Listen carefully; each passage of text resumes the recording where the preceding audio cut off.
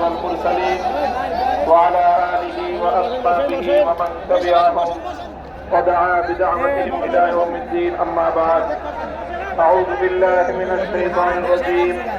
بسم الله الرحمن الرحيم. ويا أهل الكتاب تعالوا إلى كلمة سواء بيننا وبينكم ألا نعبد إلا الله ولا نشرك به شيئا ولا يتخذ بعضنا بعضا أربابا من دون الله. صدق الله العظيم. ইসলামী আন্দোলন বাংলাদেশের উদ্যোগে আয়োজিত চরমোনাই দরবারে অনুষ্ঠিত আজকের এই ঐতিহাসিক ওলামা মাশায়েখ সম্মেলনে উপস্থিত ইসলামী আন্দোলন বাংলাদেশের মুহতারাম আমির পীর সাহেব চরমোনাই সৈয়দ রেজাউল করিম হাফিজাহুল্লাহ, অন্যান্য শীর্ষ ওলামায়ে কেরাম এবং সমবেত ওলামা মাশায়েখ, আমার প্রাণ প্রিয় ধর্মপ্রাণ মুসলমান ভাই ও বন্ধুগণ, সংক্ষিপ্ত পরিসরে কয়েকটি কথা। আজকের বাংলাদেশের বিশেষত জাতীয় রাজনৈতিক প্রেক্ষাপটে ওলামায়ে কেরামের সামনে এক ঐতিহাসিক সুযোগ এসেছে এবং সুযোগ আসার কারণে তাদের কাছে ঐতিহাসিক জিম্মাদারি এবং দায়িত্ব পড়তেছে। আমরা যদি আজকের এই প্রেক্ষাপটে আমাদের দায়িত্ব পালনে ব্যর্থ হই, ইতিহাস আমাদেরকে ক্ষমা করবে না। এই জন্য যাদের কাঁধে দায়িত্বের বোঝা, আমরা শুধুমাত্র এক একজন ব্যক্তি নই।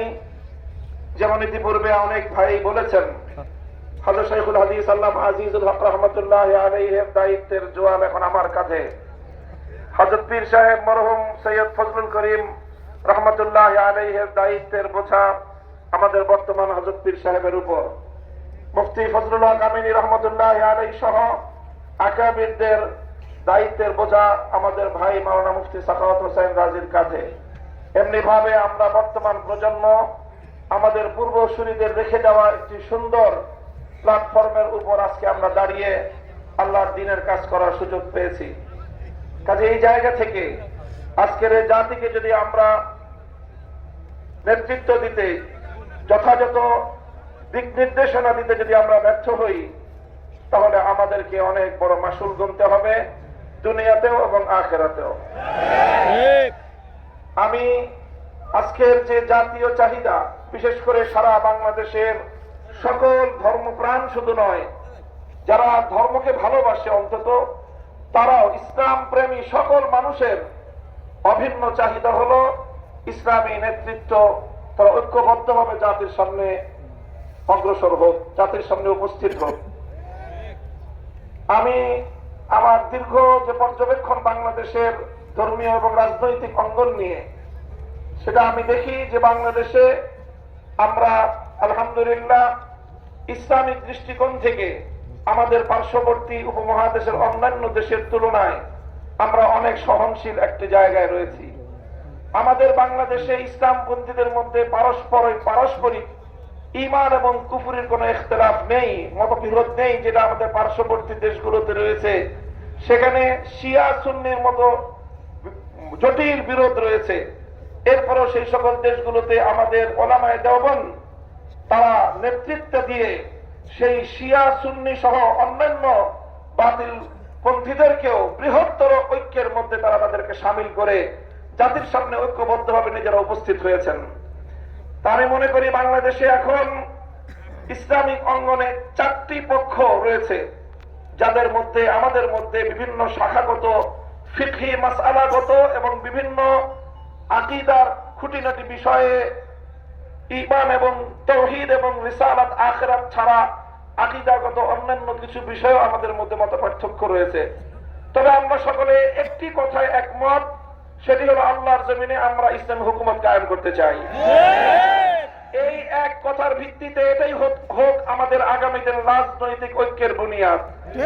যারা যারা আল্লাহর জমিনে কোরআনী শাসন কায়েম করতে চায়, তারা আমরা আগামী দিনে একটি ব্যালট বাক্স নিয়ে জাতির সামনে আমরা এক মঞ্চে হাজির হব। আমি মনে করি বাংলাদেশে অনেকগুলো ইসলামিক মহল থাকলেও বাংলাদেশে ধর্মীয় এবং ইসলামী সেক্টরের কিয়াদত ওলামায়ে দেওবন্দের হাতে। এটার মধ্যে কোনো ধরনের দ্বিমত অথবা কোনো সংশয়ের কোনো অবকাশ নেই। বাংলাদেশে যদি 4 লক্ষ মসজিদ থাকে, 3.5 লক্ষ মসজিদের ইমামতের এবং মেম্বারের দায়িত্ব ওলামায়ে দেওবন্দের হাতে। ধর্মীয় সকল অঙ্গনগুলোকে ঐক্যবদ্ধ করার ঐতিহাসিক দায়িত্ব ওলামায়ে দেওবন্দের কাছে। আর এ কথা অস্বীকার করার কোনো উপায় নেই। দেওবন্দি ওলামায়ে কেরামের সাথে সংশ্লিষ্ট যতগুলো রাজনৈতিক সংগঠন রয়েছে তার মধ্যে সর্ববৃহৎ রাজনৈতিক সংগঠন ইসলামী আন্দোলন বাংলাদেশ। কাজেই সেই জায়গা থেকে ইসলামী আন্দোলন বাংলাদেশের দায়িত্ব সবচেয়ে বেশি। আলহামদুলিল্লাহ, আমি সাক্ষী দিচ্ছি লাখো জনতার এই মজমায় আমরা হযরত পীর সাহেব চরমনায় সৈয়দ রেজাউল করিম সাহেব হাফিজাহুল্লাহর মধ্যে সেই উদারতা এবং সেই আন্তরিকতা আমি প্রত্যক্ষ করেছি, আমি সাক্ষী দিচ্ছি। এই জন্য আমরা আশাবাদী আগামী দিনে ইনশাআল্লাহ আমাদের ঐক্য প্রতিষ্ঠিত হবে।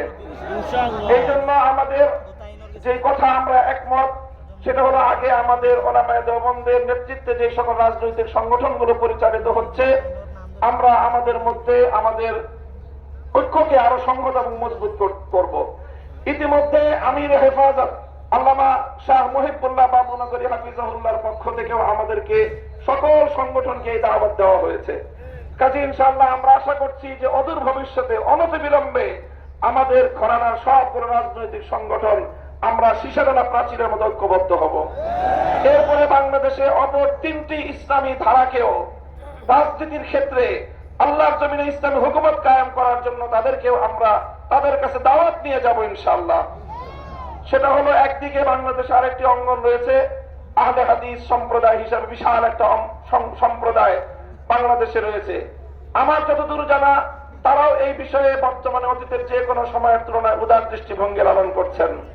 ডক্টর আসাদুল্লাহ গালিব এবং মাওলানা আব্দুর রাজ্জাক বিন ইউসুফের নেতৃত্বে আহলে হাদিস ভাইয়েরা তারা রাজনৈতিক অঙ্গনে ওলামায়ে উম্মতের সাথে ওলামায়ে দেওবন্দের সাথে ঐক্য করার জন্য তারা প্রস্তুত রয়েছেন।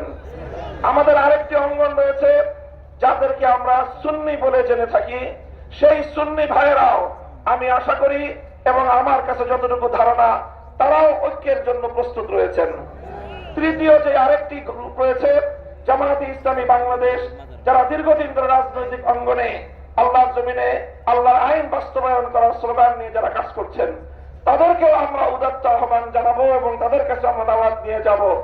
এইভাবে ওলামায়ে দেওবন্দ যদি ঐক্যবদ্ধ হয়ে আহলে হাদিস সুন্নি জামায়াতে ইসলামী সহ ঐক্যবদ্ধ হতে পারে, বাংলাদেশের উম্মতের ওলামায়ে কেরামের কাছে জিজ্ঞাসা করা ছাড়া কোন রাজনৈতিক সিদ্ধান্ত গ্রহণ করা যাবে না। আল্লাহর নিজাম অনুযায়ী চলবে, কোরআনী শাসন বাস্তবায়ন হবে। ইনশাআল্লাহ সেই দিন আমরা দেখতে পাবো, আমাদের হায়াতে আমাদের জীবদ্দশায় দেখতে পাবো। আমি আশা করি আগামী নির্বাচন হবে আমাদের জন্য সেই ধরনের বৃহত্তর একটি ঐক্য জাতিকে উপহার দেওয়ার মোক্ষম সময়। আমি আপনাদের সকলের কাছে দোয়া চাই যে এভাবে যেন আমরা আমাদের ভূমিকাগুলো পালন করে যেতে পারি। বাংলাদেশ খেলাফত মজলিসের পক্ষ থেকে আমি আজকের এই ঘর মজলিসে এই ধরনের কার্যক্রম পরিচালনায় আমাদের শতভাগ উদারতার এবং আন্তরিকতাপূর্ণ ভূমিকা পালন করার প্রতিশ্রুতি দিয়ে যাচ্ছি ইনশাআল্লাহ। নাসরুম মিনাল্লাহি ওয়া ফাতহুন করিম। আসসালামু আলাইকুম ওয়া রাহমাতুল্লাহ।